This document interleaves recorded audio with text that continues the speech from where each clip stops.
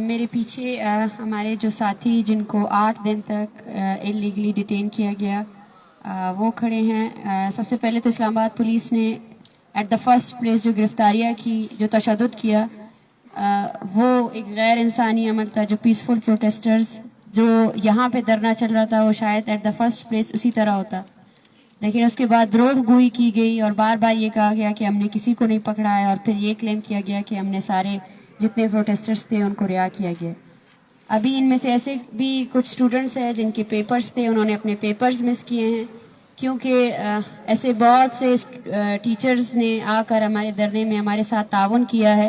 تو ہم ان سے بھی ریکویسٹ کرتے ہیں کہ ان اسٹوڈنٹس کے ساتھ کوآپریٹ کیا جائے.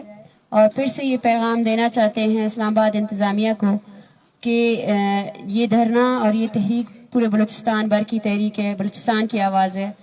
اس کے بعد اس دھرنے پر ہونے والا ہر تشدد، اس پر ہونے والے ہر اس کا جواب جو ہے نا پورے بلوچستان سے اٹھے گا.